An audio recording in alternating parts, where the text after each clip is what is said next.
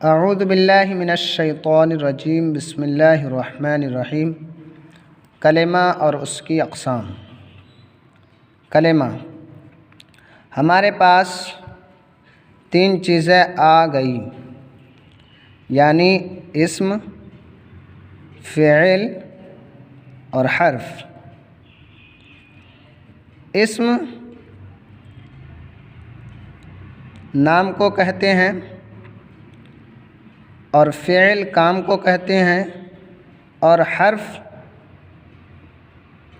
یہ بھی ایک کلمہ ہے اور یہ ملانے کا کام کرتی ہے۔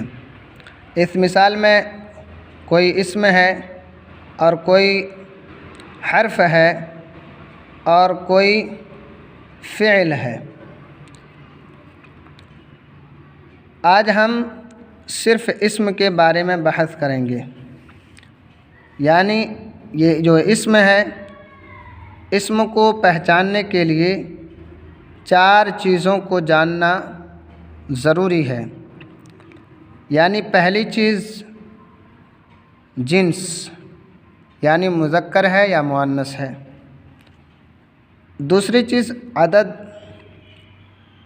عدد یعنی واحد ہے یا تثنیہ ہے یا جمع ہے۔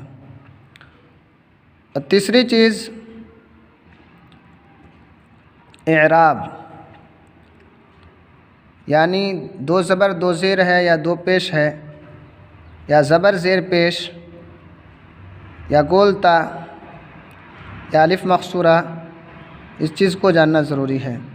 اور چوتھی چیز وسعت یعنی معرفہ ہے یا نکرہ ہے۔ جب ہم